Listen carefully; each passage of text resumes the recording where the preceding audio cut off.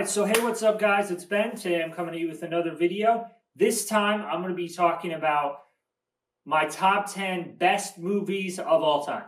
Okay, and so this is kind of supposed to actually be a best list. I know a lot of times I do favorites lists, but this one is supposed to be best. Now, obviously, there are going to be some differences and probably stuff you disagree with, but these films are the ones that I feel like are the best, particularly as far as cohesion and storytelling, sticking to their theme, and stuff that's more about critical film analysis versus what's enjoyable, you review more style of things. So number 10, Solaris. This film is by Andrei Tarkovsky, and I think it's a very emotionally compelling and deep film. It can be hard to watch at times. It really sticks to this character as he goes through intense emotional battle, I guess, emotional journey, trials and tribulations based on this place that he goes to that's on another planet. And it's just a fabulous film. Number 9, I got The Most Dangerous Game, 1932. This film had a lot of intensity, so it kind of starts out slow and then it ramps up and it just keeps going, and it's like chug chug chug chug chug chug chug chug chug chug chug chug chug chug chug chug chug chug chug, and it doesn't then it gets to the end, right? It's kind of more or less how it goes. There's a little bit of lull once it gets down to the end, like a little bit of a pullback just to kind of rest it for a second, but for the most part, no, it's just that's how the film operates. And it's just, once your foot's on the gas, you're not really letting off. And that's kind of pretty much how the film goes. And it was incredible. And it had some great cinematography. And a really, really intense scene towards the end. And I just really thought this film, 1932, The Most Dangerous Game, based off the book, right? That's the one thing about it, is that the short story, I felt like this movie matched the same feelings that the short story gave me, and that's a beautiful thing.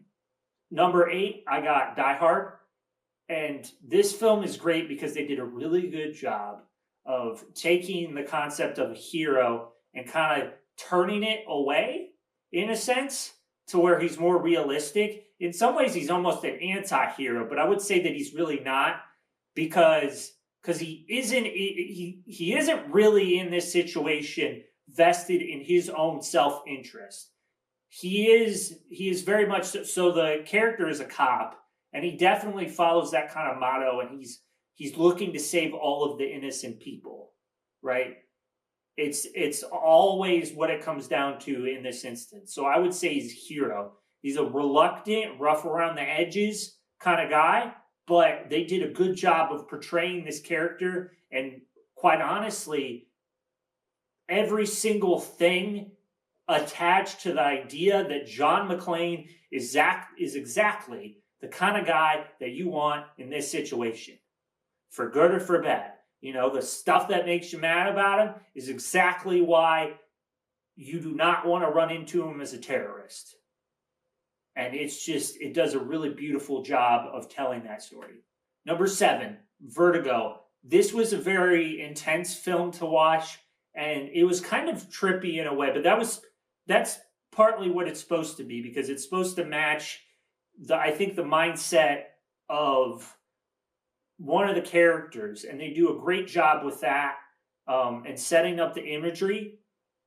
And it really, particularly towards the end, there's just an absolutely fabulous cinematography, and it's a kind of a winding web of a story, and I really appreciated it. Number 6, I got Birdman, or The Unexpected Virtue of Ignorance. So this film was one of the first films that came out in theaters like while I've been alive and really got to me. And it's one of the first films that really spoke to me, period. After I'd gotten into film and started understanding what criticism is and understanding storytelling from a visual medium.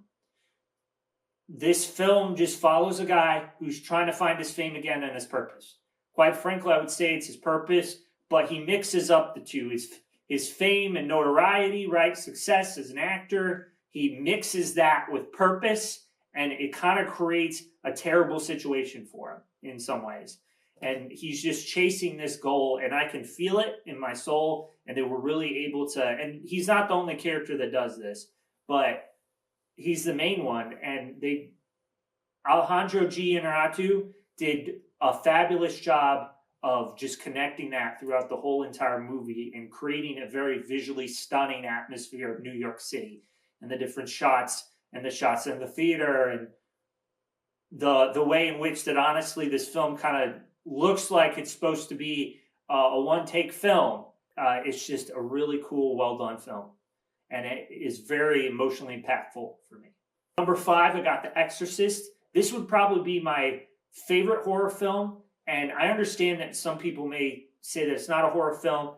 And I know William Friedkin said that The Exorcist is not a dark film.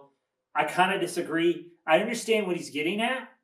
And I'm not saying he's wrong on his reasoning. It's just kind of the statement to me is a little like, this movie is about like otherworldly people, right?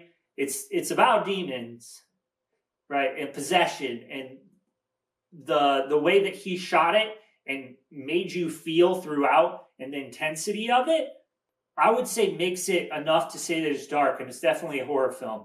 And it did a fabulous job, but also for me, it didn't go too far that I just kind of went like, ugh.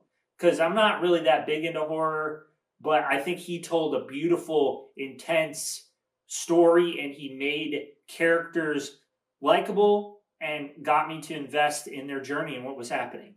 And he did a great, fabulous job. Number 4, I got Citizen Kane. This movie is pretty much widely regarded by critics as the best film ever made.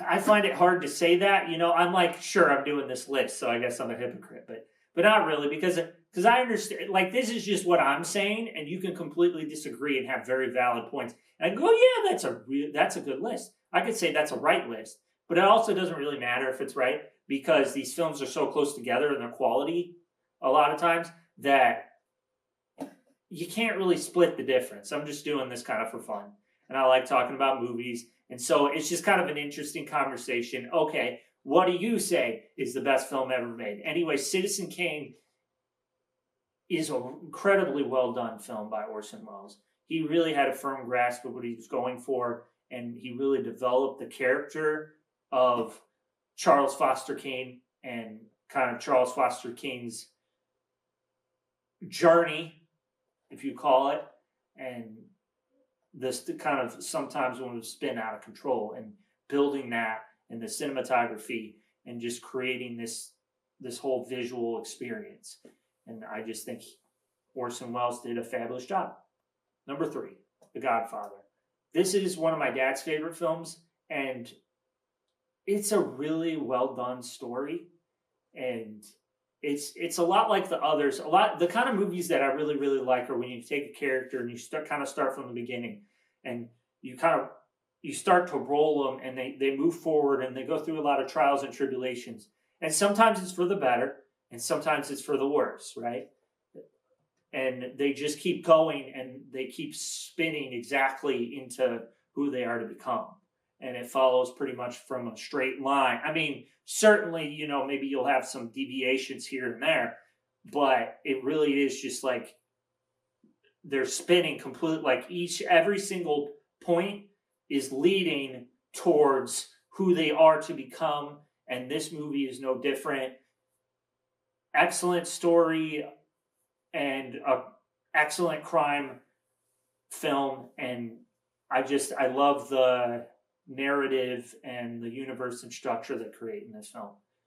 Number 2, I got Blade Runner, and I would say with this one kind of breaks, but for me, it doesn't matter. It breaks from that trend because Blade Runner doesn't really have, like, the main character doesn't really grow all that much, I would say. I mean, probably some, but not that much. But that doesn't matter, because he is an anti-hero. He's not necessarily supposed to be a hero. He's not supposed to be the guy that you're necessarily always rooting for. But I still think that Harrison Ford did a fabulous job as Deckard. And it was really well done visually, told a fabulous story, and also the sound design was great. And it really added to it to create that cyberpunk atmosphere and this very dingy kind of dystopian society where it's kind of like it looks kind of bright and flashy and cool, but also the city's very dingy, and it's not exactly what it appears. And it's not all sunshines and rainbows like they probably try to make you believe. Ridley Scott did such a good job of telling that story, and I thought it was awesome. Number one, I have Stalker. I think that this film is my number one because it did such a beautiful job visually. I would not say that it's the most vibrant out of all of these or necessarily the most creative, wildly different shots, right?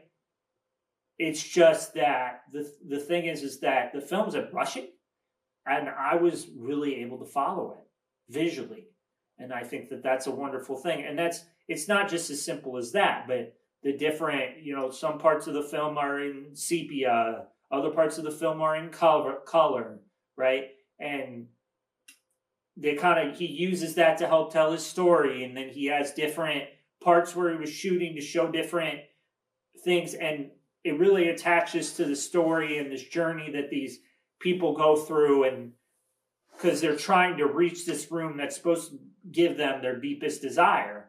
And the way that he uses the visuals to tell you what is happening and what these characters are going through is amazing. And he did such a fabulous job, I would say, with this film, and it's why I would say it's the best film ever made. Now, I'm going to say that technically, but I understand because it's so hard to differentiate between great films, fabulous films, the ones that you would consider the best ever made. So that's going to be it for this video, guys. Please like, comment what you thought of this video, comment what you thought of what I was talking about, my picks, and subscribe. I will see you all later.